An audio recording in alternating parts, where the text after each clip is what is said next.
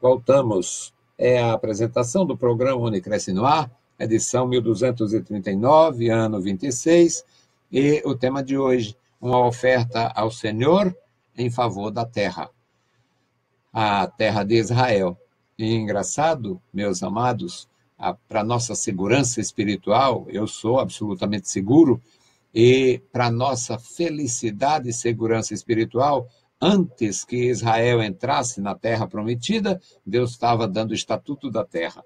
Isso aqui faz parte do estatuto da terra, a terra prometida, a terra de Israel, que estão aí todos os filhos de Satanás querendo dividir um pequeno país, que é Israel, dividir com uma coja de corruptos, uma coja de guerrilheiros, uma coja de terroristas que só tem uma coisa na cabeça: reprovar as escrituras, desprezar o judaísmo e o cristianismo, desfazer a Bíblia Sagrada e impor a maldita Sharia deles. Nós sabemos que isto é um terror, mas sabemos também que isto não acontecerá. Quem criou a terra sabe o que fez, quem criou a nação sabe o que fez, sabe o que faz. Então, meus amados, é uma bênção a gente ter a palavra de Deus em nossas mãos, aprender na palavra de Deus, é uma bênção aprender. Nós temos este privilégio e este grande benefício: aprender do Senhor, aprender uns com os outros.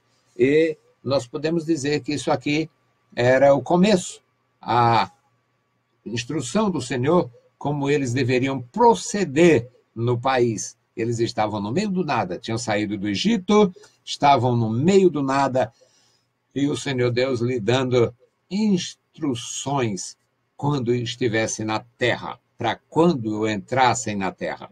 Então, é uma oferta ao Senhor, nosso tema em favor da terra. E o texto bíblico é este, Deuteronômio, capítulo 21, versículos de 1 a 9.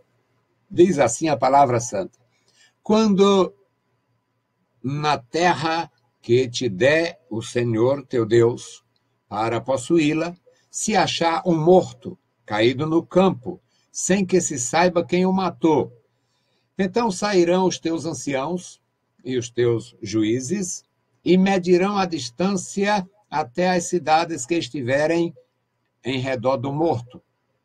E na cidade mais próxima ao morto, os anciãos da mesma cidade tomarão uma novilha da manada que não tenha trabalhado, nem tenha puxado arado com jugo.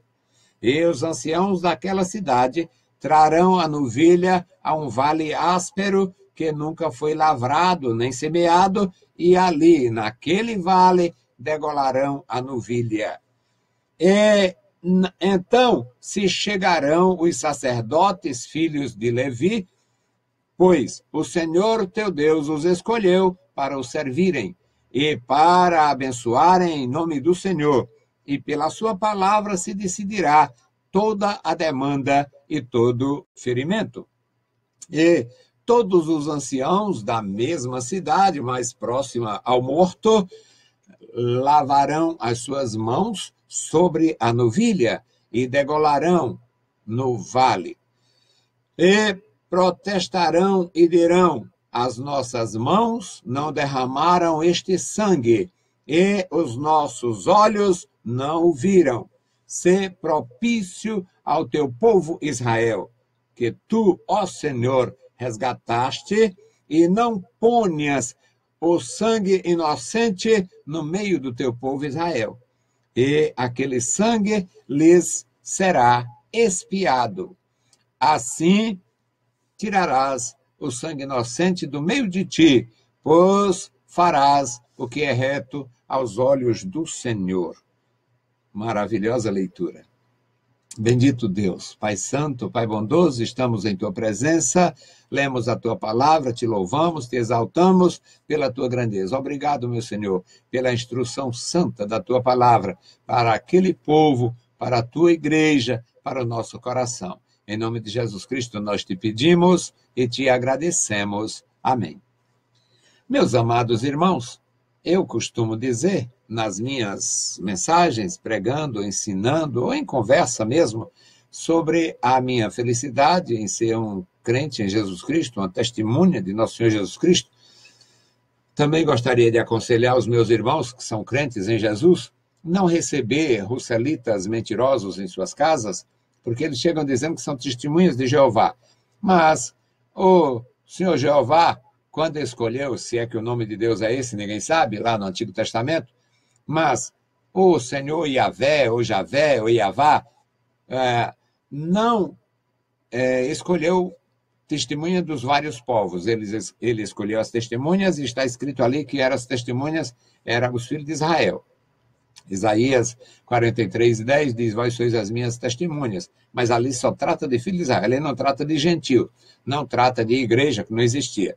Portanto, não trata de seita ordinária que, mesmo existindo tanta profanação e tanta maldade no paganismo, não existia essa coja que se apresenta como servo de Deus vivo. Então, meus amados, aprendemos na palavra de Deus, através do Senhor Jesus, quando ele disse, vocês não saiam de Jerusalém antes de serem revestidos de poder, que é para ser minhas testemunhas. E vocês serão minhas testemunhas em Jerusalém, em Samaria, em toda a Judéia, até os confins da terra ou em qualquer lugar do mundo. Então, nós, como testemunhas de Jesus Cristo, deveríamos ser mais felizes, todos nós. Eu costumo dizer, expressar a minha alegria. Eu sou muito alegre, muito feliz, apesar de mim, apesar da extensão limitada do meu trabalho, o alcance limitado, limitadíssimo da minha atuação, mas eu sou muito feliz. E uma das razões da minha felicidade, meus queridos irmãos, é porque eu tenho nas mãos a palavra de Deus. Eu sou, parece uma grosseria da minha parte, mas eu sou mestre de Bíblia. Isto, se não fosse arrogância, seria um privilégio absolutamente incomparável. Infelizmente, a verdade é pouco aceita, a verdade é pouco admirada, a verdade é pouco praticada, a palavra de Deus é pouco venerada, mas é um grande privilégio ser mestre de Bíblia, ser professor de Bíblia, ensinar a Bíblia, ensinar a palavra de Deus. É algo profundo. Se não fosse, se não tivesse o aspecto arrogante, seria mais importante do que, ou seja, retirando o aspecto arrogância, é mais importante do que qualquer outra formação. Porque todas as outras formações, elas se limitam ao tratar com a matéria, enquanto a palavra de Deus, o seu ensino santo, essa prática santa que eu exerço e que milhões exercem, nós lidamos com a matéria, portanto, cuidando das pessoas e cuidando do seu destino eterno. Precisamos ter grande responsabilidade e consciência disto. Portanto, meus amados, é uma grandeza ensinar a palavra. Isso aqui faz parte do Estatuto da Terra. Você nunca ouviu, certamente, falar de Estatuto da Terra, a não ser irmão Freire, porque as pessoas não pensam, aqui e tal, mas isso é um Estatuto da Terra. Deuteronômio 21:1. Quando na terra que o Senhor te der, quando entrar na terra que o Senhor te der, o Senhor vai te dar esta terra. Quando na terra que o Senhor te der, que o Senhor teu Deus te der, para possuí-la, se achar um morto, caído no campo, sem que se saiba quem o matou, ou seja, apareceu um cadáver, e esse cadáver ninguém sabe quem matou. Pode até ser conhecido, mas o criminoso não é conhecido. A causa morte pode até ser aparente, pancadas, ferimentos, mas não se sabe o autor do homicídio, o autor da morte. Então, a instrução de Deus, versículo 2. Então sairão os teus anciãos e os teus juízes, as autoridades civis, autoridades tribais, que só tinha sua força, só tinha validade, o seu alcance, a sua, digamos, a sua jurisprudência, ou melhor, jurisdição era só a sua tribo ali, a área habitada, enquanto juízes, esses tinham autoridade sobre a terra inteira, sobre a nação inteira. E a orientação é esta: então os teus anciãos e os teus juízes medirão. Estes homens sairão do seu conforto, vão para a área do assassinato, onde apareceu o cadáver, e eles vão medir a distância entre as cidades de um lado e do outro do cadáver. O cadáver foi encontrado no caminho tal. Então, é mais perto, digamos, citando cidades da Bíblia, é mais perto para Hebron ou para Laquis? É mais perto para Hebron. Então, os anciãos de Hebron é quem vão fazer o ritual. É mais perto para Jericó. Então, os anciãos de Jericó é quem vão fazer o ritual. E a instrução está aqui. Na cidade mais próxima ao morto, na cidade que estiver mais próxima ao achado macabro, ao morto, os anciãos da cidade tomarão uma novilha da manada. Não precisa ter, não tem aquelas instruções, tinha que ser sem mancha, a instrução é tirar uma novilha do rebanho. Tira uma novilha do rebanho. Agora, esta novilha não pode ter sido amansada para o trabalho. Ela não pode ter sido utilizada na aragem de terra ou no carreto, carregando carga de uma área para outra. Ela não pode ter experiência de trabalho, com carreta, com carro, com jugo, com arado. Tem que ser um animal que não trabalhou, é um animal simples do rebanho. E os anciãos daquela cidade trarão a novilha a um vale áspero, ou seja, escolhe um lugar que não foi semeado, que não aparente característica de ter sido um roçado, de ter sido uma horta, de ter sido uma área habitada, digamos, um redil, um curral, um chiqueiro de animais. Não podia ser uma área habitada. Não podia ser uma área que tivesse sido trabalhada. Ou seja, a novilha não podia ter trabalhado. E a área onde o sacrifício ia ser feito não podia ter sido lavrada. Esta área não podia ter sido lavrada nem semeado, e ali, naquele vale, degolarão a novilha. Instrução de Deus. Qual a finalidade? Não haver culpa, não ter sangue inocente, pecado de morte, não revelado, não descoberto, não atribuído, portanto, não haveria transgressão naquele lugar. Aquela região estaria poupada, livre de flagelos, de maldições, coisas que o valem. Então, meus amados, o versículo 5 diz: então se chegarão os sacerdotes, filhos de Levi. Agora são os sacerdotes quem entram em ação. Primeiro, os anciãos, os moradores da região, os moradores da área, aqueles que conhecem as pessoas que têm responsabilidade tribal. Depois, os juízes, aqueles que, conhecendo ou não as pessoas, têm autoridade sobre elas, porque a sua jurisdição diz respeito ao país, à nação, a toda a terra daquela nação. E a instrução é esta: chamarão os filhos de Levi, os sacerdotes, pois o Senhor teu Deus os escolheu para o servirem.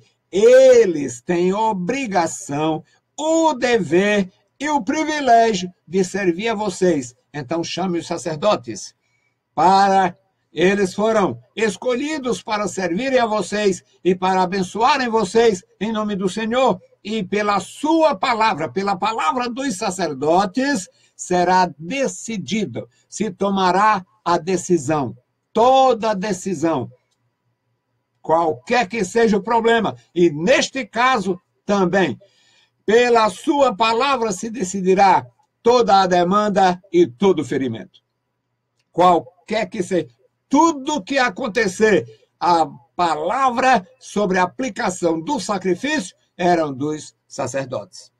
Os juízes aplicavam da sua forma, os anciãos tinham a sua participação e os sacerdotes tinham o ofício espiritual. O versículo 6, meus amados, diz: e todos os anciãos da mesma cidade, a cidade mais próxima onde o cadáver apareceu. Todos os anciãos da mesma cidade, mais próxima ao morto, lavarão as suas mãos sobre a novilha degolada no vale. Então era um ritual, levava-se água, os anciãos lavavam as mãos ali sobre o animal sacrificado. E o significado desse gesto, desta atitude, era para dizer: nós não conhecemos o assassino, nós não tiramos a vida desta pessoa. Nós não temos culpa quanto a isto. Nós estamos livres do sangue. O versículo 7 deixa isso bem claro. E protestarão. É o que eles estão dizendo. E protestarão. Olha, preste atenção, todos nós não temos nada a ver com isto. Nós estamos livres. Nós não temos nenhuma culpa. As nossas mãos não derramaram este sangue e os nossos olhos não viram o que derramou o sangue. Ou seja, nós não estamos escondendo o nosso mal e nós não estamos acobertando quem tenha praticado o mal. Meus irmãos, isto é maravilhoso, isto é profundamente agradável, isto é maravilhoso para ensinar e para aprender. O versículo de número 8, um pedido: sê propício ao teu povo Israel, que tu, ó Senhor, resgataste, e não ponhas o sangue inocente no meio do teu povo Israel. E aquele sangue lhes será expiado. Ou seja, o sacrifício era oferecido para que não houvesse culpa, para que não houvesse consequência. Alguém poderia depois acusar, apresentar um morto, um criminoso, alguém poderia até mesmo, quem sabe, constrangido, confessar, mas os demais já tinham feito um sacrifício ao Senhor, se justificando perante a comunidade que não tinham participação, não praticaram o assassinato e não acobertaram os assassinos. Eles eram inocentes, por isto o sacrifício aqui ordenado. Meus amados irmãos, existem muitas coisas maravilhosas na minha vida. Louvo a Deus pelos meus irmãos, agradeço a Deus pela sua bondade, pela sua misericórdia. Eu participo da Igreja do Senhor Jesus há 48 anos, louvo a Deus pela minha pequena atuação e louvo a Deus pela minha coragem de estar sempre, digamos, na frente ou à frente, sempre pronto a dar uma contribuição, e a minha maior contribuição e a minha maior felicidade é contribuir com algo que só quem pode fazer isto é quem recebeu do Senhor. Homem nenhum entende se Deus não revelar. Homem nenhum acredita se o Espírito Santo não lhe convencer, se o Espírito Santo não revelar. E, para mim, meus amados irmãos, eu louvo a Deus porque esta mensagem é algo profundo, é algo maravilhosamente revelada, portanto, clara como a luz do sol, clara, absolutamente clara para mim e para os meus irmãos. Que Deus possa abençoar e guardar os nossos ouvintes, os nossos irmãos, e uma palavra, um conselho. Não seja conivente com o mal. Não participe de fraude, de pecado dos outros.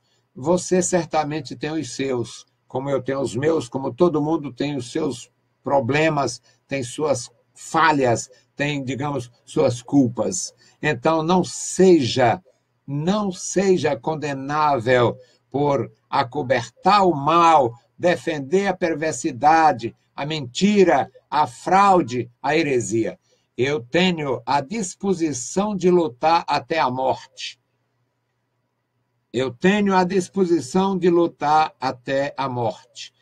E com a graça que Deus me deu até hoje, eu lutarei até a morte. Contra todos os mentirosos, contra todos os que dividem a igreja do Senhor Jesus, contra todos os que trazem heresias destruidoras, contra toda a seita de Satanás que anda de porta em porta mentindo, contra toda fraude. Não tenho mais qualidade do que os meus irmãos que foram antes de mim, uns estão vivos e bem e outros já morreram. Não tenho mais qualidade do que nenhum deles, mas tenho esta determinação de ir até a morte, de lutar até a morte e não participar de coisas que venham ofender, ferir a santidade da palavra, que venham colocar no lugar da palavra de Deus coisas novas e boas, aparentemente, porque a melhor de todas as coisas é a que está reservada para os servos do Senhor, a palavra de Deus, nossa vida, nossa segurança, nossa esperança, nossa confiança, ou seja, é o selo da nossa redenção, a palavra que garante a nossa comunhão com o Pai, com o Filho, com o Espírito Santo. Que Deus possa abençoar e guardar cada um de vós, que todos possam receber a graça do Senhor e ter a coragem de ir até as últimas consequências pelo que você acredita, pelo fato de ser a palavra santa. Não acreditamos por acreditar, acreditamos porque sabemos que é a palavra do Deus vivo. Deus abençoe e guarde os meus irmãos. Bendito Deus, Pai querido, Pai santo que está nos céus, nós te louvamos, te exaltamos, bendizemos e agradecemos pela vida, pela salvação, pela tua bondade, pelo teu amor. Abençoa os meus irmãos, dá graça a cada um, meu Senhor. Opera maravilhas na vida da igreja. Meu Senhor, este memorial da oração, toma em tuas santas mãos. Ó Deus, tu conhece, meu Senhor, cada um dos meus irmãos. Tu conhece a vida, a necessidade,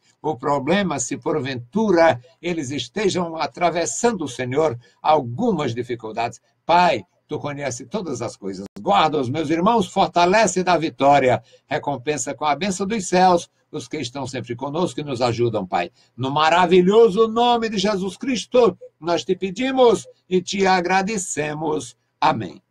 Saudamos a todos com a paz de nosso Senhor Jesus Cristo. Se o Senhor permitir, voltaremos amanhã e logo mais às 21 horas estaremos na Rádio Vida 102,9. Deus os abençoe, leiam a Bíblia Sagrada e a graça de nosso Salvador repouse sobre vós. Amém.